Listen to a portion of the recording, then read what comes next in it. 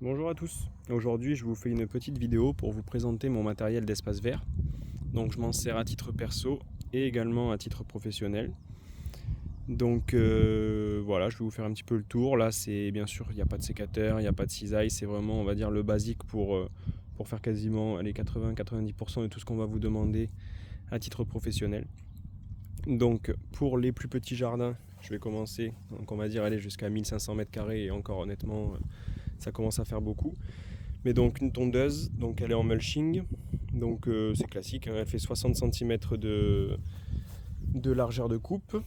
Et ce qui est pas mal du tout, bon, c'est que c'est une semi-pro, quoi, une Honda. Donc bon, je pense qu'il y a beaucoup de monde qui va se reconnaître, mais quand vous faites du travail avec entre guillemets du matériel premier prix ou de la merde, ou tout simplement du matériel qui n'est pas fait pour avaler beaucoup de travail, bon, mais vous finissez toujours par casser, le résultat est pas top. Donc bon, au final, quand vous passez sur des modèles au moins semi-pro, bizarrement tous vos soucis s'envolent, quoi.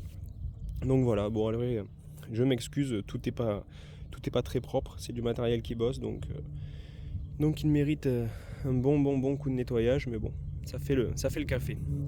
Donc voilà, cette tondeuse honnêtement en mulching, vous pouvez passer même dans du 10 cm, un petit peu plus de haut, le résultat sera pas parfait, mais déjà ça le mange. Et après bon, mais sur du sec pas très haut, le résultat il est parfait.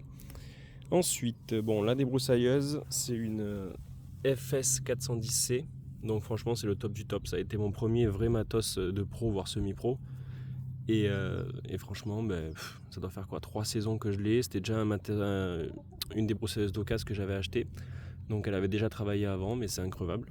Honnêtement, je la conseille à tout le monde. Son seul défaut au final, c'est qu'elle est trop lourde pour les petits chantiers. Donc voilà, ça mériterait que j'investisse dans quelque chose de plus léger pour, euh, pour au moins faire les petits chantiers, parce qu'au final des fois je la sors pour faire de la bordure classique et c'est limite on a la flemme parce qu'elle est trop lourde et trop puissante. Mais sinon c'est vraiment un matos à avoir. Donc moi bon, j'en ai quand même fait voir, j'ai réussi à casser le guidon. Donc là bon, c'est pas un guidon d'origine, il va falloir que j'en rachète un d'origine pour la remettre bien comme il faut. Mais c'est du super matos. Les têtes se changent facilement, enfin vraiment c'est du matos de fou. Ensuite on passe au haies. Donc franchement, les tailles haies, j'ai pas acheté du professionnel. Pour ce que je fais, ça me suffit. Je fais pas de très gros rabattage. Puis je pars du principe que bon, même si on s'embête un petit peu plus qu'avec du pro, si votre taille haies il vous dure aller 1 an et demi, 2 ans, vu le prix que vous les payez, franchement, ça vaut même pas le coup de s'embêter. Et pour le coup, celui-ci, ça a été une bonne trouvaille. Donc c'est du NL. Et honnêtement, il m'a avalé des choses, mais j'aurais jamais pensé. Donc vraiment très satisfait. Là, il a commencé à souffrir. Le lamier je pense qu'il a pris un mauvais pet, il faut que je le démonte. Mais bon, honnêtement, là, j'ai fait du rabattage avec, j'ai fait vraiment de quoi. Donc, seul souci, bon, mais ça commence à être lourd après selon ce que vous faites. Mais bon, après, il faut équilibrer avec d'autres matériels, on va en parler juste après. Mais vraiment, celui-ci, ouais, je crois que c'était 100 euros, quoi. Donc, qu'est-ce que vous voulez avoir pour 100 euros? Honnêtement, je le conseille à tout le monde. Il est vraiment incroyable. Moi, j'avais du petit matériel style, donc pas professionnel en taille UE. Mais justement, je préfère celui-ci au HS45 par exemple, qui pour moi est moins puissant et moins polyvalent. Niveau tronçonneuse, bon, j'ai une MS211. Pareil, c'est pas du pro, mais pour faire du petit jardin chez du particulier, ça va très bien. Ça dépend ce que vous voulez couper. Ça remplace pas une élagueuse, mais honnêtement, ça va. Ça avale quand même pas mal de choses. Et pour les puristes, ne vous en faites pas, je sais qu'elle est dégueulasse, il faut que je la nettoie. Donc voilà, ça marche très bien aussi, franchement, honnêtement, j'en suis satisfait.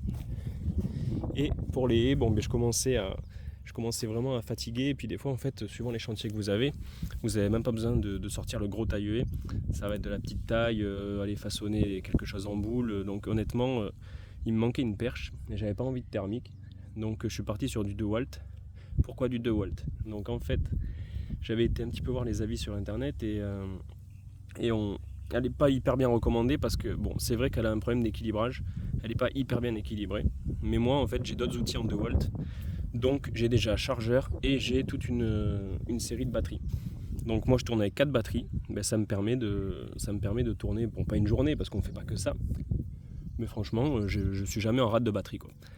Donc niveau autonomie, moi j'en suis content. La puissance, bon mais c'est normal, on ne fait pas du rabattage avec ça. Donc pour moi elle me convient tout à fait. Et puis franchement ça aide. Ça évite de sortir la grosse. Ça évite de sortir le taille plus lourd. Il n'y a pas d'odeur, pas de bruit. Franchement, honnêtement, je conseille aussi. Une fois que vous avez le jeu de batterie et puis le chargeur, vous allez acheter les machines à nu, ça coûte pas si cher que ça.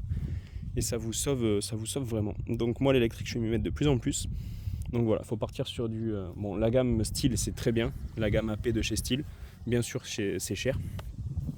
Mais voilà. Et puis DeWalt se met de plus en plus au jardin, donc moi je pense que je vais rester là-dedans. Donc voilà, j'ai fait un petit peu le tour. Si vous avez des questions, n'hésitez pas. Donc je pense que je vais faire une partie 2 sur le reste du matériel. Tout ce qui est remorque, enfin d'autres choses quoi. Et puis si vous avez des questions, comme je vous disais, n'hésitez pas. N'hésitez pas à vous abonner également. Je pense faire de plus en plus de vidéos sur des tests de motoculture. Et puis voilà. Donc je vous remercie d'avoir regardé cette vidéo. Abonnez-vous pour la suite et n'hésitez pas à me poser des questions. Merci beaucoup.